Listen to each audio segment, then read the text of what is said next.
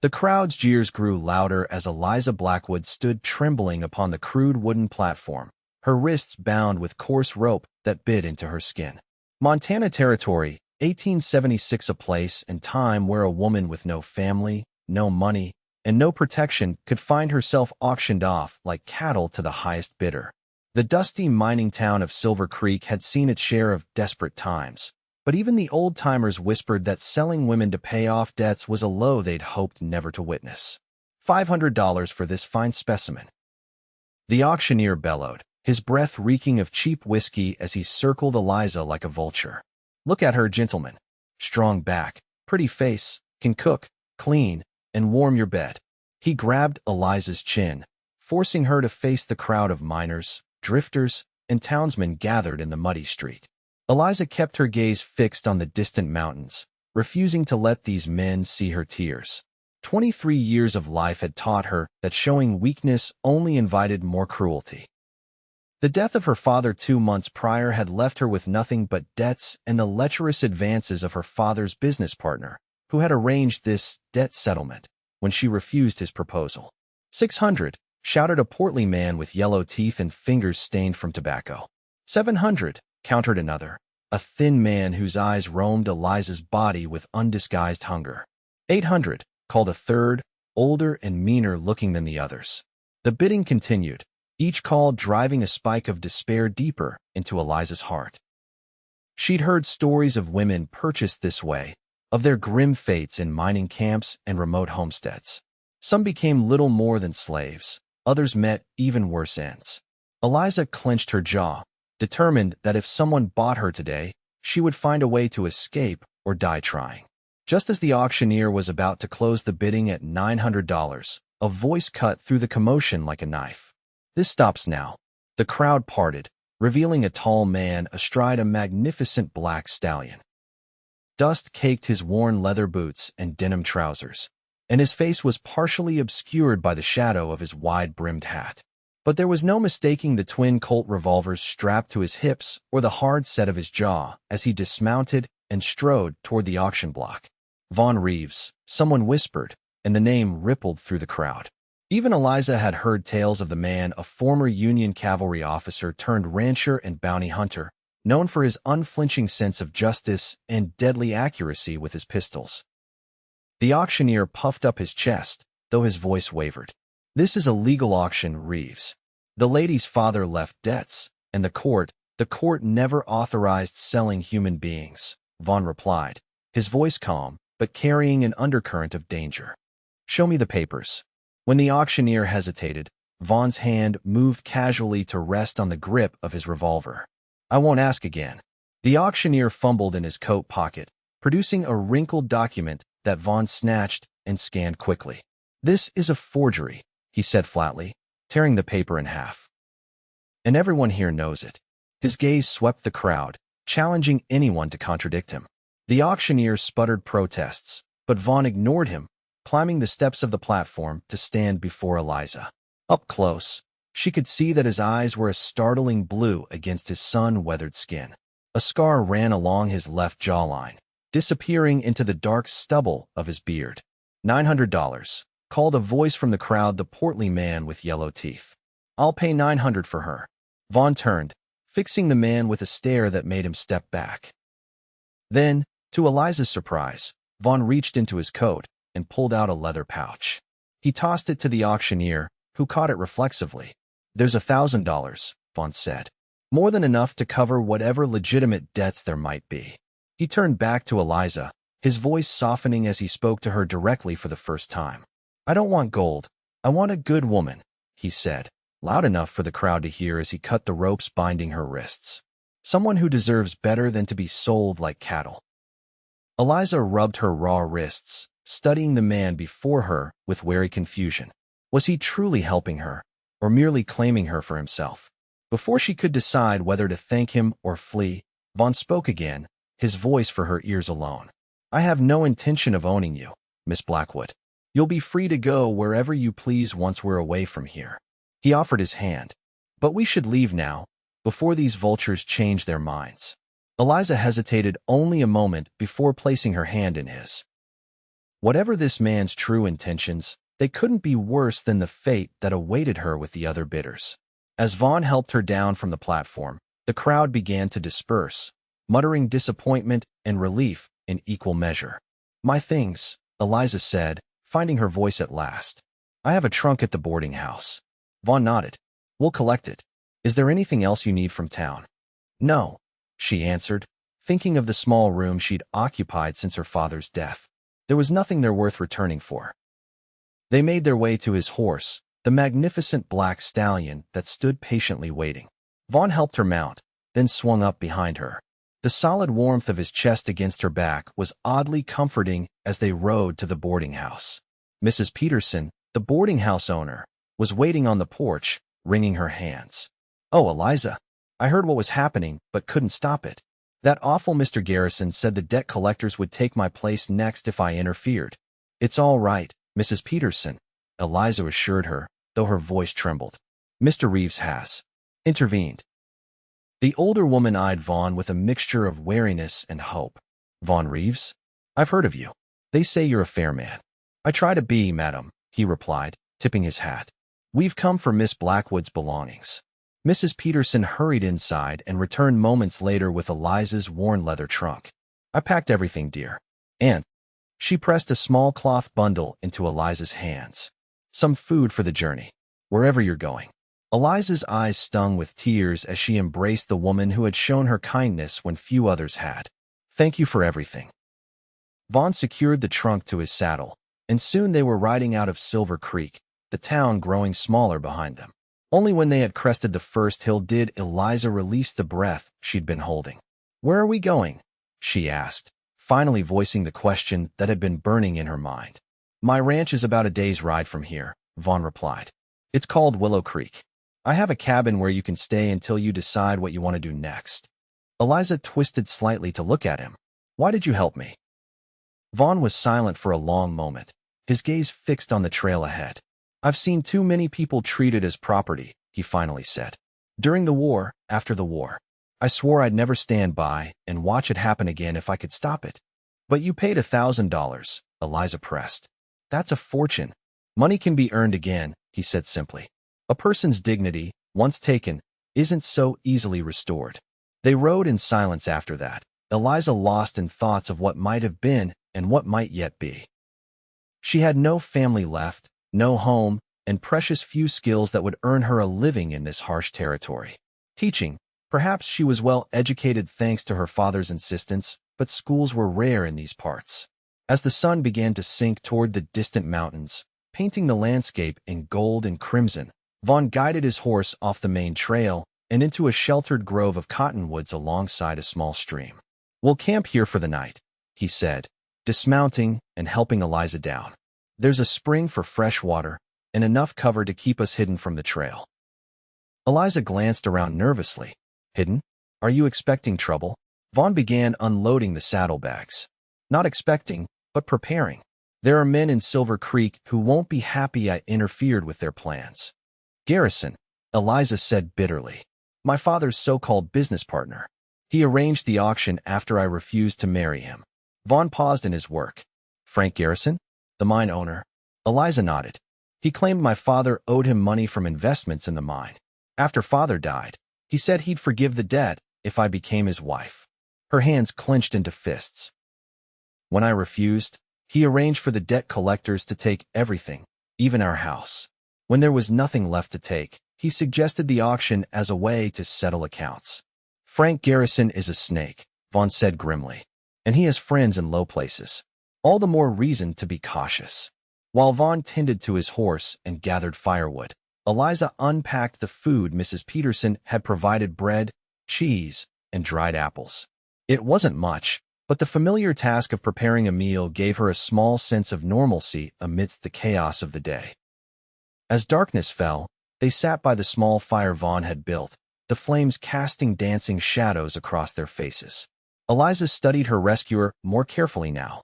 He was older than she'd first thought, perhaps in his early 30s, with lines at the corners of his eyes that spoke of years squinting against the sun. His hands were calloused and strong, but they moved with surprising gentleness as he poured coffee into 2 tin cups.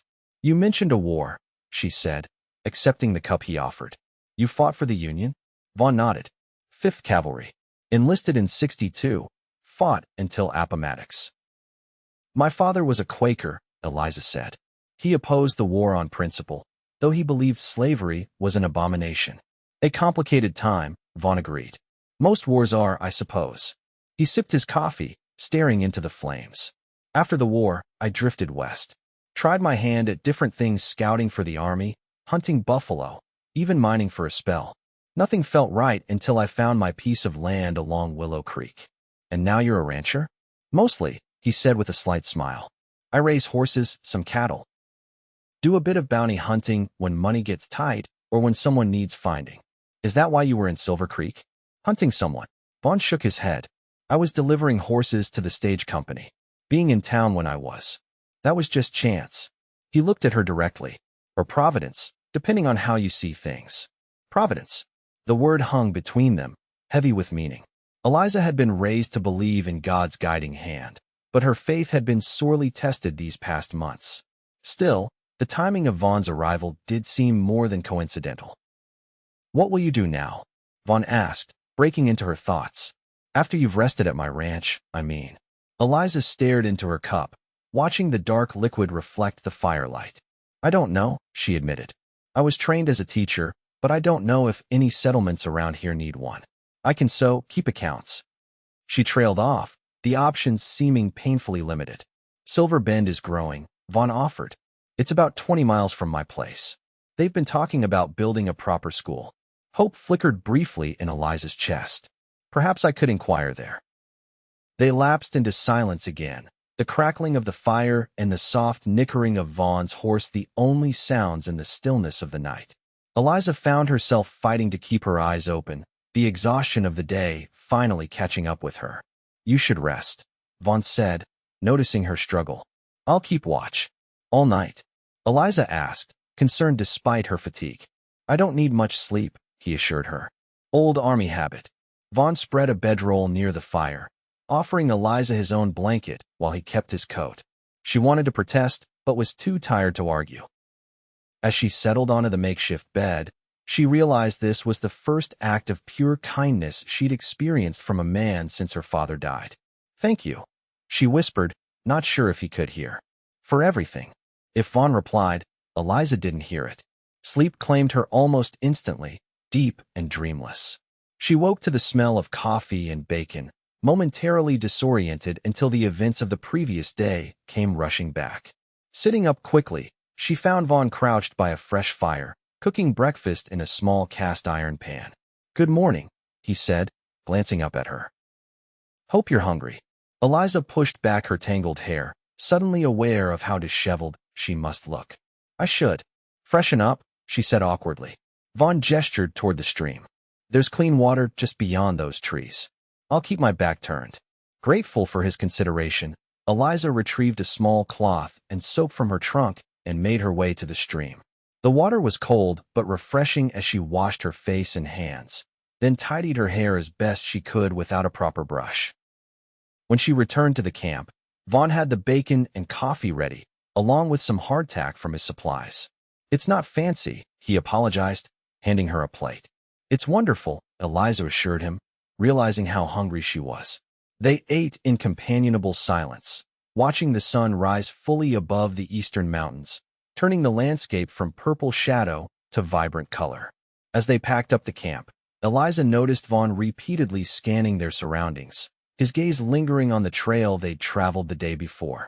Are you still worried about pursuers? She asked. Just being cautious, he replied, but his hand rested near his revolver as he spoke. We should reach Willow Creek by midday if we make good time. They mounted up as before, with Eliza sitting in front of Vaughn, her trunk secured behind the saddle. The day grew warm as they rode, the trail winding through stands of pine and aspen, crossing small streams and rocky outcroppings. Eliza found herself relaxing despite the circumstances, enjoying the beauty of the wild country and the solid presence of the man behind her. Around noon, they crested a ridge, and Vaughn reined in his horse. There it is, he said, pointing to the valley below.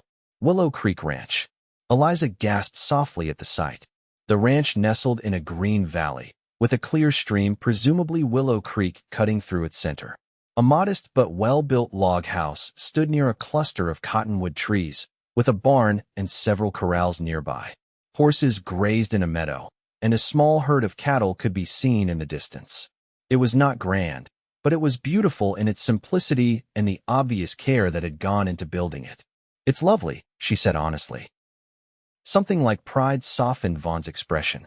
"It's taken 8 years to get it this far. Still plenty of work to do."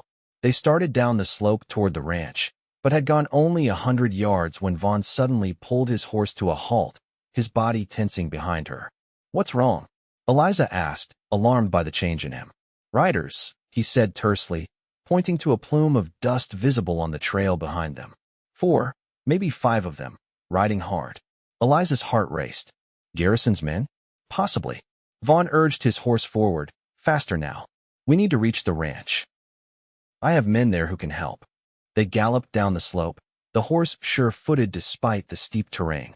As they neared the valley floor, Eliza could hear distant shouts behind them. Vaughn pushed his mount harder, and they thundered across the open ground toward the ranch buildings. A man emerged from the barn as they approached, his hand going to his gun until he recognized Vaughn. "Boss, what's happening?" he called out, his weathered face concerned as he took in their speed and the dust cloud behind them. "Trouble, Miguel," Vaughn replied, reining in his horse and helping Eliza dismount quickly. "Get the others. We've got company coming." Miguel nodded and ran toward the bunkhouse, shouting in Spanish. Almost immediately, 3 more men appeared, all armed. "Get inside," Vaughn told Eliza, ushering her toward the main house. "Lock the door behind you." "I'm not hiding while you face danger on my account," she protested. Vaughn's expression hardened. "This isn't open for debate. I need to know you're safe so I can focus on dealing with them." Before she could argue further, the riders crested the last rise before the ranch. 5 men, heavily armed, with Frank Garrison himself in the lead. His florid face was twisted with rage as he reined in his horse about 50 yards from where Vaughn stood. "Reeves," Garrison bellowed, "you've stolen what's mine, and I've come to collect." Vaughn stepped forward, positioning himself between Garrison's men and Eliza. His ranch hands spread out behind him, rifles ready. "The lady was never yours to begin with, Garrison," Vaughn called back. "And she's under my protection now. I suggest you turn around and ride out while you still can." Garrison laughed, an ugly sound. 4 of you against 5 of us. Those odds don't favor you, Reeves." "I've faced worse," Vaughn replied calmly. "And you should know my men are former Texas Rangers. They don't miss." Uncertainty flickered across Garrison's face, but he rallied quickly. "I paid good money to arrange that auction. The debts were real enough." "Were they?" Vaughn challenged. "Because I've heard interesting things about your business dealings with Edward Blackwood. How you manipulated the books, claimed investments that were never made. I wonder what Judge Wallace would make of that evidence." Garrison's face paled slightly. "You're bluffing. You've got nothing." "Edward Blackwood kept meticulous records," Vaughn countered. "His daughter has them. Enough to ruin you if they reach the right hands." Eliza stared at Vaughn in surprise. This was a bluff. Her father's papers had been seized along with everything else. But Garrison didn't know that. The mine owner's eyes darted nervously between Vaughn and his men. "This isn't over," he finally said, his voice thick with malice. "No one crosses me in this territory." "Consider yourself crossed," Vaughn replied steadily. "Now get off my land." For a tense moment, it seemed Garrison might order his men to attack anyway. But after a final venomous glare, he yanked his horse around. "Let's go, boys. We'll settle this another time." Eliza held her breath until the riders disappeared over the ridge, then sagged with relief. Vaughn turned to her, his face grave. "That was too easy," he said quietly. "Garrison isn't the type to give up." "How did you know about my father's record-keeping?" she asked. "I didn't," Vaughn admitted. "But men like Garrison are always hiding something. It was a calculated guess." He gestured toward the house. "Come on. You should rest while Miguel and the boys keep watch." The interior of Vaughn's home surprised Eliza. Though modest in size, it was well built and comfortable, with sturdy furniture, colorful woven rugs, and bookshelves filled with volumes that suggested a man of broader interests than the typical rancher.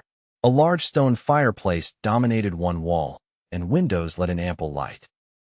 "It's not what I expected," she confessed as Vaughn showed her to a small bedroom off the main living area.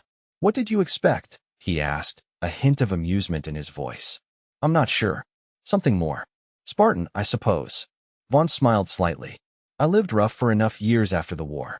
When I built this place, I decided I wanted a real home, not just shelter." The bedroom he offered her was simple but comfortable, with a narrow bed covered in a colorful quilt, a small dresser, and a window overlooking the creek. "This was meant to be a guest room," he explained, "though you're the first guest to use it." "It's perfect," Eliza assured him. "I don't know how to thank you for all this." "No thanks needed," Vaughn replied. "I'll be outside with the men. There's a wash basin and water pitcher on the dresser if you want to freshen up." Left alone, Eliza sank onto the bed, overcome by the events of the past 2 days. From the brink of a fate worse than death to the sanctuary of this peaceful ranch, it seemed almost unreal. Yet the danger was far from over. Garrison was not a man to surrender his prey so easily.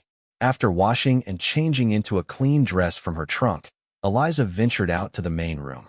Through the window, she could see Vaughn and his men stationed at various points around the property, watchful and ready. The sense of protectiveness these strangers showed on her behalf was overwhelming. She decided to make herself useful. Finding the kitchen at the back of the house, she assessed the supplies and set about preparing a meal. Cooking had always calmed her, and it was the least she could do to repay some small portion of Vaughn's kindness. By sunset, she had a hearty stew simmering over the fire, cornbread baking in the cast-iron oven, and coffee brewing. The rich aromas filled the house, creating an atmosphere of home that had been absent in her life for too long. When Vaughn finally came inside, his eyes widened at the sight of the laden table. "You didn't have to do this," he said, removing his hat. "I wanted to," Eliza replied. "It helps me feel less helpless." She gestured to the door. "Your men should join us. There's plenty." Vaughn hesitated, then nodded. "They'd appreciate that. They've been on alert all day." Soon the table was surrounded by Vaughn and his 3 ranch hands: Miguel, a middle-aged Mexican with kind eyes and a quiet manner; Josiah, a former slave from Louisiana with powerful shoulders and a deep laugh; and Thomas, the youngest at perhaps 25, with a shock of red hair and freckles. They treated Eliza with a respect that warmed her heart, thanking her profusely for the meal and sharing stories of their lives on the ranch. "The boss, he is a good man," Miguel told her as they finished the meal. "He gives us fair shares in the cattle, not just wages. We are partners, not just workers." "Best arrangement I've ever had," agreed Josiah. After the war, wasn't many places willing to treat a black man as an equal. Mr. Reeves never saw color, just a man's worth. Vaughn looked uncomfortable with the praise. "You all earn your keep and then some," he said gruffly. "I'd have lost this place years ago without your help." After the men had gone back to their watch duties, Eliza helped Vaughn clean up the kitchen. They worked in companionable silence for a while before she gathered the courage to ask the question that had been on her mind. "Why did you really help me, Vaughn?" she asked quietly. "The truth." Vaughn paused in drying a plate, his gaze fixed on something outside the window that Eliza couldn't see. "I told you about fighting in the war," he finally said. "What I didn't tell you was that afterward, I was lost. Angry. Did things I'm not proud of." He set the plate down carefully. 3 years ago, I was tracking a fugitive near Denver. Found him in a small settlement, hiding in a church. The preacher there, he convinced me to let the law take its course instead of handling it myself. Vaughn turned to face her. "That preacher showed me that redemption is possible, even for someone like me. He's the one who helped me find this land, start over." His blue eyes held her steadily. "So when I saw you on that auction block, I didn't just see a woman in trouble. I saw a chance to pass on the same kind of grace that was shown to me." The simple honesty of his words moved Eliza deeply. This was not a man given to flowery speeches or false sentiments. Vaughn Reeves had saved her because he believed it was right, with no expectation of reward or gratitude. "Thank you for telling me," she said softly, "and for everything else." A shout from outside broke the moment. Vaughn was instantly alert, moving to the window. "Stay here," he ordered, grabbing his gun belt from where it hung near the door. Eliza followed him to the window, ignoring his instruction. In the fading light, She could see Thomas running toward the house from his lookout position on the ridge. "Riders coming," the young man called. "At least a dozen, maybe more." Vaughn's expression hardened. "Garrison's brought reinforcements." He turned to Eliza. "Is there anywhere you can go? Friends or family in another territory?" Eliza shook her head. "No one. My mother's sister is in Boston, but I've never met her." "Then we stand and fight," Vaughn said grimly. "I won't let them take you. I won't let you risk your life and your men's lives for me," Eliza countered. "Perhaps if I go with them voluntarily, they'll leave you in peace." Vaughn's face darkened. "That's not an option. Garrison would make an example of you, and then come after us anyway for defying him." He checked his revolvers, his movements precise and practiced. Garrison and men like him only understand one language. Before they could argue further, Miguel appeared at the door. "Boss, they're not Garrison's men," he reported. "It's the U.S. Cavalry, a full patrol. Lieutenant Parker's unit." Relief and confusion mingled on Vaughn's face. "Parker? What's he doing this far from Fort Laramie?" The answer came 30 minutes later when Lieutenant James Parker, a young officer with a serious demeanor and impeccable uniform despite the dust of the trail, sat at Vaughn's table explaining his presence. "We received information that Frank Garrison has been engaging in illegal activities," the lieutenant explained. "Fraud, intimidation, and most recently, an attempt at human trafficking disguised as a debt settlement." "That would be me," Eliza said quietly. "I was the one being auctioned." Parker nodded respectfully in her direction. "Yes, madam. We have a witness who observed the entire incident and rode to alert us, a Mrs. Peterson from Silver Creek. She was quite concerned for your safety." "Mrs. Peterson risked that for me?" Eliza asked, touched by the woman's courage. "She was most insistent," Parker confirmed with a slight smile. "She also provided evidence of other improprieties by Mr. Garrison, including forged documents related to your father's estate." Vaughn leaned forward. "So you came looking for us?" "For Miss Blackwood specifically," Parker clarified. "Mrs. Peterson thought you might bring her here. We need her testimony to build our case against Garrison." He turned to Eliza. "Your cooperation would be invaluable, madam. With your help, we can ensure Garrison faces justice not only for his actions against you, but for his other crimes as well." Eliza straightened her shoulders. "I'll help in any way I can, Lieutenant." "Excellent." Parker rose from his chair. "My men and I will camp nearby tonight and provide protection. Tomorrow, if you're willing, we'd like to escort you to Fort Laramie, where you can give your formal statement to the judge advocate." After the lieutenant had gone to rejoin his men, Eliza found herself alone with Vaughn once more. The tension that had gripped the ranch all day had dissipated with the arrival of the cavalry, replaced by a different kind of uncertainty. "This is good news," Vaughn said, though his voice lacked conviction. "With the army involved, Garrison won't dare come after you again." "Yes," Eliza agreed softly. "It seems Providence has intervened once more." They stood in awkward silence, both aware that these developments meant their brief time together was coming to an end. Eliza would go to Fort Laramie, give her testimony, and then what?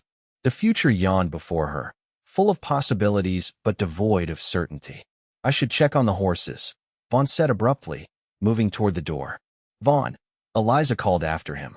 When he paused, she continued, "Thank you for being willing to fight for me. Not many would have done the same." He nodded once, his expression unreadable, then disappeared into the gathering darkness. Eliza slept fitfully that night, her dreams a confused jumble of auction blocks, galloping horses, and Vaughn's intense blue eyes. She woke early, the pre-dawn light barely filtering through her window. Dressing quickly, she made her way to the kitchen, intending to prepare breakfast before the household stirred. To her surprise, Vaughn was already there, coffee brewing on the stove. He looked as though he hadn't slept at all. "Good morning," she offered tentatively. "Morning," he replied, pouring a cup of coffee and sliding it across the table to her. "Parker says they'll be ready to leave by 8. "So soon?" The words escaped before she could stop them. Something flickered in Vaughn's eyes, regret, perhaps, or simply acknowledgement of what remained unspoken between them. "The sooner you give your testimony, the sooner Garrison can be brought to justice." "Of course," Eliza agreed, wrapping her hands around the warm cup. "It's just," she hesitated, uncertain how to express the tumult of emotions inside her. "What will you do afterward?" Vaughn asked, saving her from having to finish her thought. "After Fort Laramie, I mean." Eliza considered the question. "I'm not sure. Look for teaching work, I suppose, or perhaps find passage back east to my aunt in Boston." Vaughn nodded, his gaze fixed on his coffee. Both sound like sensible options. Silence fell between them again, heavy with things unsaid. Eliza wanted to tell him how much these few days had meant to her, how his kindness had restored her faith in humanity when it had been nearly extinguished. But the words caught in her throat, held back by fear that she was reading too much into his actions, fear that her gratitude had transformed into something deeper that he didn't share. The moment was broken by the arrival of Miguel and the other ranch hands, coming in for breakfast before starting their day. The kitchen filled with conversation and movement, and the opportunity for private words slipped away. By 8 o'clock, Eliza's trunk was loaded onto a wagon provided by Lieutenant Parker, and she stood on the porch of Vaughn's home, saying her goodbyes to the men who had protected her. "God bless you, Miss Eliza," Josiah said, taking her hand briefly. "You're welcome back anytime. The house will be too quiet without you," Thomas added with a grin. "No one cooks like you do." Miguel simply bowed slightly, his dark eyes warm with respect. "Vaya con Dios, señorita." Finally, she turned to Vaughn, who stood a little apart from the others, his hat in his hands. "I can never repay what you've done for me," she said softly. "There's nothing to repay," he replied, his voice rough. "I did what any decent man would do." "No," Eliza disagreed. "What you did was extraordinary, Vaughn Reeves. I won't forget it, or you." For a moment, it seemed he might say more, but Lieutenant Parker approached, announcing it was time to depart. Vaughn stepped back, his face settling into the impassive mask he wore around strangers. "Safe journey, Miss Blackwood," he said formally, replacing his hat. Eliza allowed Parker to help her into the wagon, fighting back tears as she took one last look at Willow Creek Ranch and the man who had saved her in more ways than one. As the wagon lurched forward, joining the column of cavalry soldiers, she wondered if she would ever see him again, or if this brief interlude would remain just that a moment of grace in a harsh world, to be treasured but never repeated. The journey to Fort Laramie took 3 days, across terrain that grew increasingly rugged and beautiful. Lieutenant Parker proved to be a courteous escort, ensuring Eliza's comfort as much as possible under the circumstances and sharing interesting facts about the territory they traversed. In another time, another place, Eliza might have found him charming. Now, she could only compare him to Vaughn and find him wanting, though she knew that was unfair. Fort Laramie itself was larger than Eliza had imagined, a sprawling complex of buildings surrounded by a wooden palisade, bustling with soldiers, civilian workers, and the occasional group of Native Americans come to trade or negotiate. She was given quarters in the commander's house, a courtesy extended to her as a witness in an important case. The following morning, she gave her testimony to the judge advocate, a stern-faced colonel named Hammond. She recounted everything: her father's death, Garrison's manipulations, the auction, and Vaughn's intervention.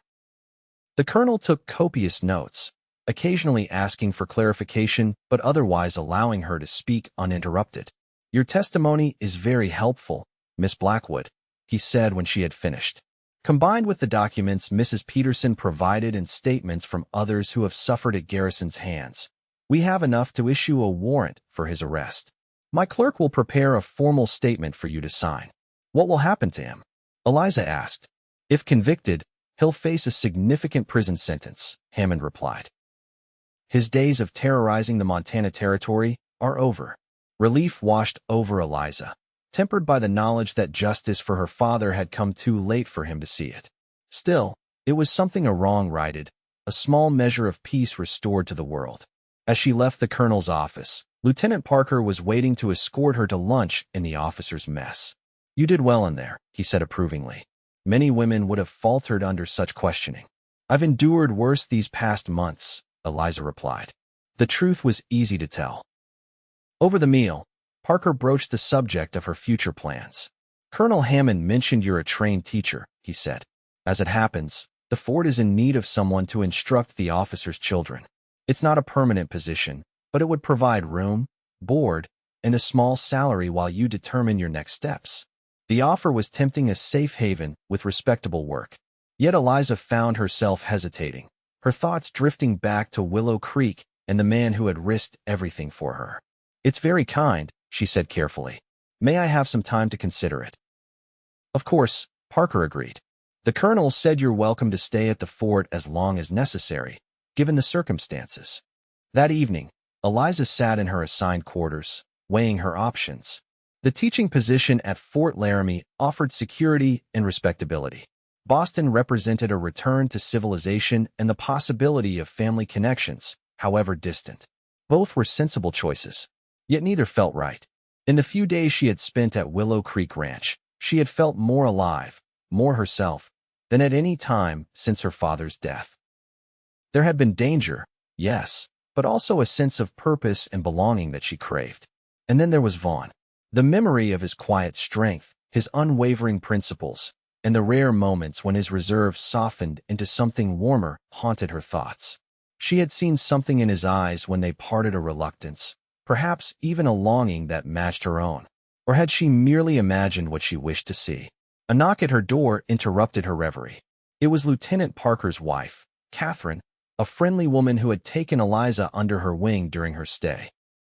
"I thought you might like some company," Catherine said, presenting a pot of tea and some cookies. "And perhaps a woman to talk to." Eliza welcomed her gratefully. After serving the tea, Catherine settled into a chair and regarded Eliza with knowing eyes. "You seem troubled, my dear," she observed. "Is there anything I can do to help?" The kindness in the older woman's voice broke through Eliza's composure. "I'm trying to decide what to do next," she admitted. "Your husband mentioned the teaching position, but your heart is elsewhere," Catherine finished for her. Eliza looked up in surprise. "Is it so obvious?" Catherine smiled gently. "Only to another woman. James told me about the rancher who rescued you, Vaughn Reeves. He spoke highly of him." "He's a good man," Eliza said softly.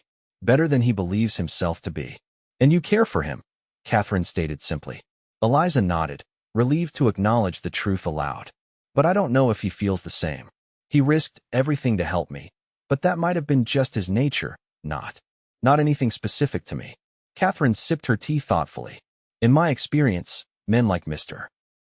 Reeves don't act without purpose, especially when it involves putting themselves at risk. The fact that he was willing to face down Garrison and his men for you suggests his feelings run deeper than mere altruism." "Even if that's true," Eliza said, "he never said anything. When I left, he was so formal."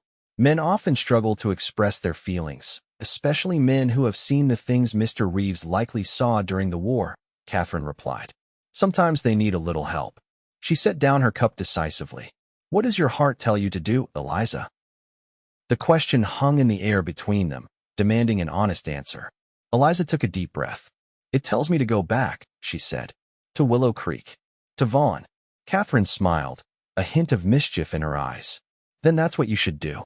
Life is too short and too uncertain out here to ignore what your heart knows to be true."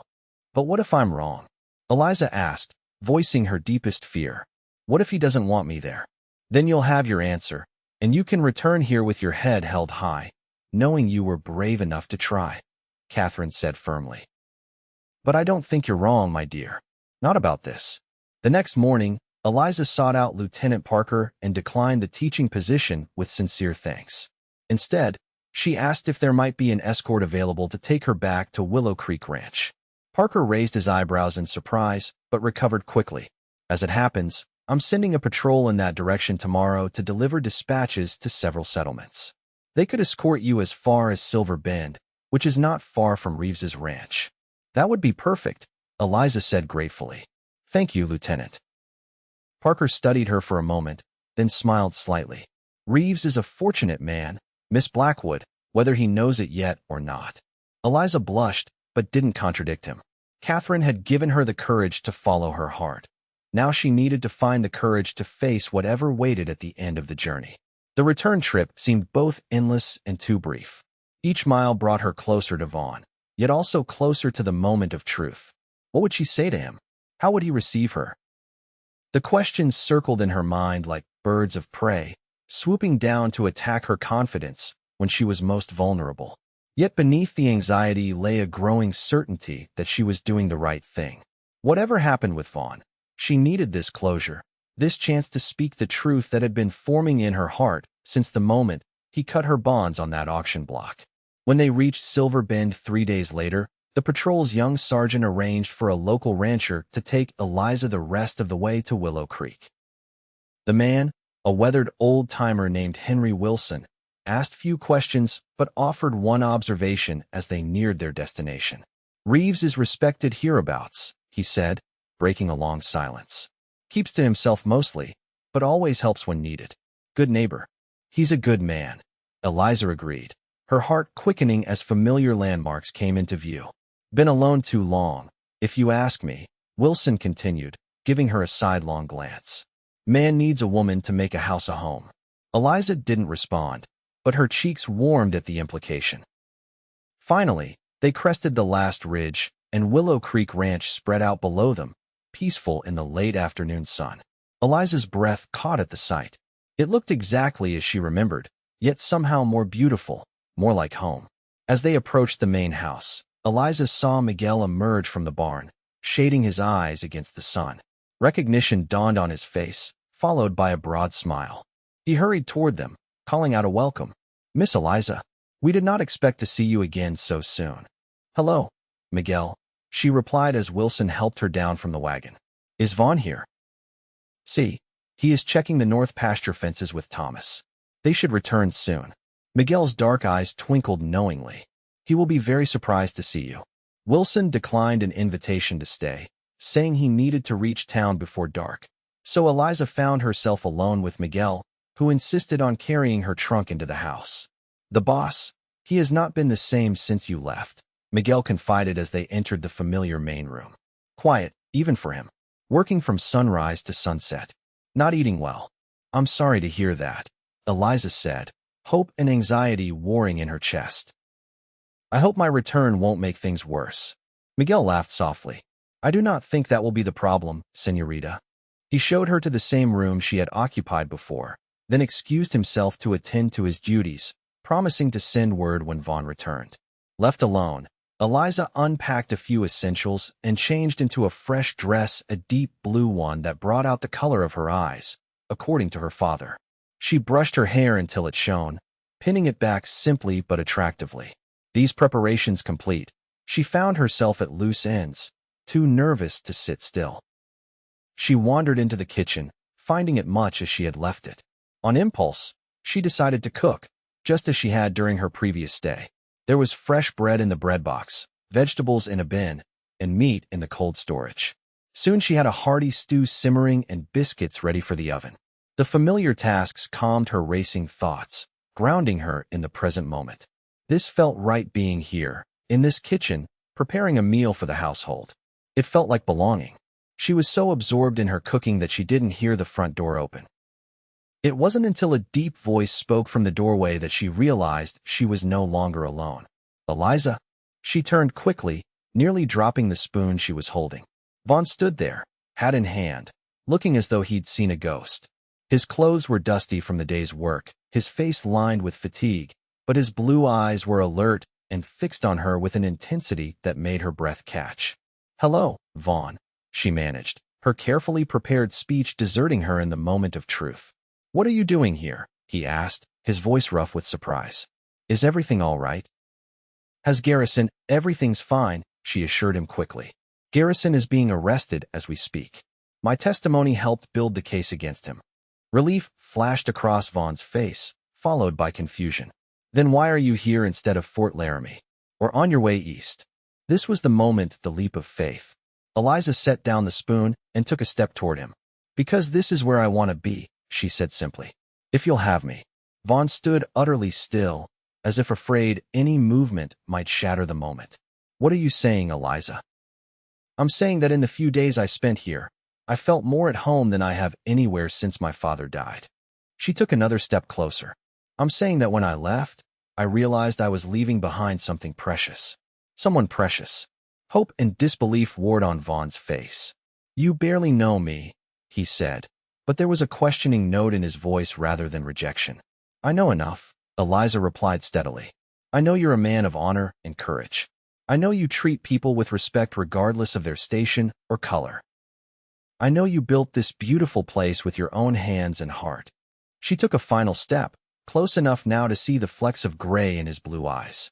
And I know that when I'm with you, I feel safe and valued in a way I never expected to feel again. Vaughn's composure cracked, revealing a vulnerability that took her breath away. I wanted to ask you to stay, he admitted, his voice barely above a whisper. But I had nothing to offer you except a half-built ranch and a man with too many regrets. That's all I want, Eliza said, reaching out to touch his weathered hand. A place to belong and a man brave enough to start over. For a heartbeat, the world seemed to hold its breath. Then Vaughn's hand turned, fingers intertwining with hers. When I saw you on that auction block, he said slowly, something inside me that I thought had died during the war came back to life. I told myself I was just doing what was right. But the truth is, from that first moment, you mattered to me in a way no one has for a very long time. Joy bloomed in Eliza's chest, warm and bright as sunrise. Then I made the right choice in coming back. Vaughn's free hand came up to gently touch her cheek. Are you sure about this? Life out here isn't easy, especially for a woman. It's hard work and isolation, and it's where you are. Eliza finished for him. That's enough for me to start with. The rest we can figure out together. Something in Vaughn seemed to finally surrender to the moment. The last of his reserve melted away as he drew her closer. I don't deserve this second chance, he murmured. But I swear I'll spend every day trying to be worthy of it. Of you. You already are, Eliza whispered, and then his lips were on hers, gentle at first, then with growing certainty as she responded eagerly to his kiss. It was Miguel's discreet cough from the doorway that finally separated them, both flushed and a little breathless. The ranch hand wore a broad grin as he announced dinner was burning. Eliza hurried to save the stew while Vaughn, looking somewhat dazed but happier than she had ever seen him, went to clean up for the meal. That evening, as they sat around the table with Miguel, Thomas, and Josiah, the atmosphere was one of celebration.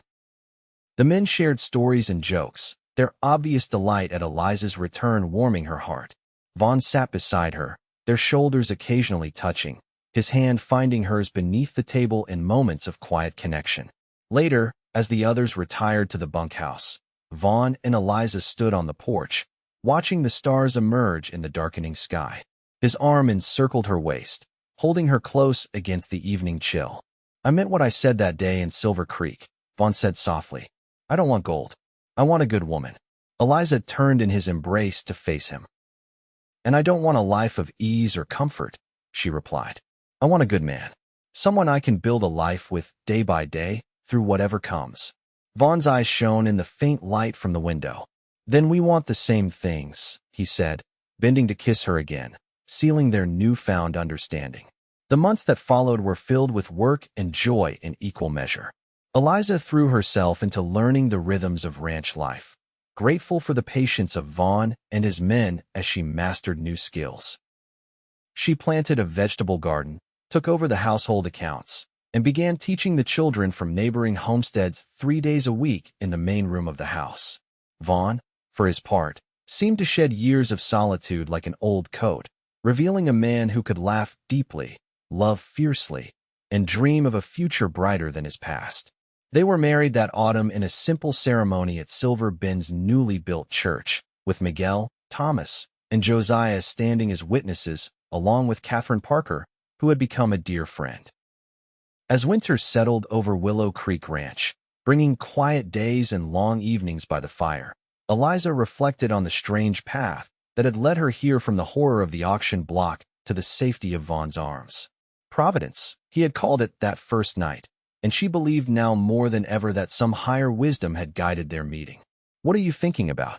Vaughn asked, finding her at the window watching snow fall gently over the valley. About how close I came to missing this, she replied honestly. If you hadn't been in Silver Creek that day. Vaughn wrapped his arms around her from behind, resting his chin on her head. But I was, he said simply. And here we are. Eliza leaned back against his solid warmth. Do you ever regret it?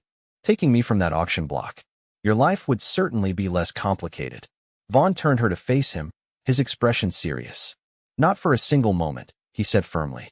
You brought light back into my life, Eliza. Purpose. Joy. His hand drifted to rest gently on her stomach, where the first signs of their child were beginning to show. And now, a future I never dared hope for. Eliza covered his hand with hers, heart full to bursting with love for this man and the life they were building together. When our child asks how we met, she said with a small smile, what will we tell them? Vaughn's eyes crinkled at the corners as he smiled back. We'll tell them the truth, he replied, that their father didn't want gold. He wanted a good woman. And against all odds, he found her. As spring returned to Willow Creek, bringing new growth and promise to the land, Eliza gave birth to a daughter they named Hope. The tiny girl with her mother's auburn hair and her father's blue eyes became the center of their world, adored not only by her parents, but by the 3 men who had appointed themselves honorary uncles. Word of Garrison's conviction and 20-year prison sentence reached them that summer, closing the final chapter on that dark period of Eliza's life. The man who had sought to own her would spend decades behind bars, while she lived free and loved on the ranch that had become her true home. More children followed over the years, 2 sons, and another daughter filling the house with laughter and the occasional chaos that Vaughn pretended to grumble about, but secretly cherished. The ranch prospered under their joint care, expanding to include more cattle, finer horses, and eventually, a proper schoolhouse where Eliza taught not only their children but those from miles around. Visitors to Willow Creek often remarked on the palpable sense of harmony that permeated the place, the evident partnership between Vaughn and Eliza, the respect shown to all who worked there regardless of background, the welcoming atmosphere that made strangers feel like family. You've built something special here, Lieutenant Parker, now Captain Parker, observed during a visit 15 years after Eliza's rescue. Something that goes beyond just a successful ranch. We've built a life, Vaughn replied, watching Eliza in the distance as she helped their youngest daughter gather eggs from the henhouse. The kind I never thought possible for a man like me. Parker smiled knowingly. All because you didn't want gold. Vaughn nodded, the sun highlighting the silver now threading through his dark hair. All because I wanted a good woman, he agreed, and was fortunate enough to find the best one of all. In the years that followed, as their children grew and the territory around them transformed from wilderness to settled communities, Vaughn and Eliza remained constants for each other, partners in work and life, lovers who never lost their appreciation for the miracle of their finding each other. Their story became something of a legend in those parts, the tale of the cowboy who took a woman from an auction block not out of desire for possession, but out of respect for her humanity, and in doing so, found his own redemption and greatest joy. And on quiet evenings, when the work was done and the younger children were abed, they would often sit together on the porch Vaughn had built with his own hands, watching the sunset paint the valley in gold and crimson. In those peaceful moments, with her head resting on his shoulder and his arms secure around her waist, Eliza would sometimes whisper, "Thank you for saving me that day." And Vaughn, his voice soft with the emotion he no longer felt the need to hide, would always answer, "No, my love. You saved me.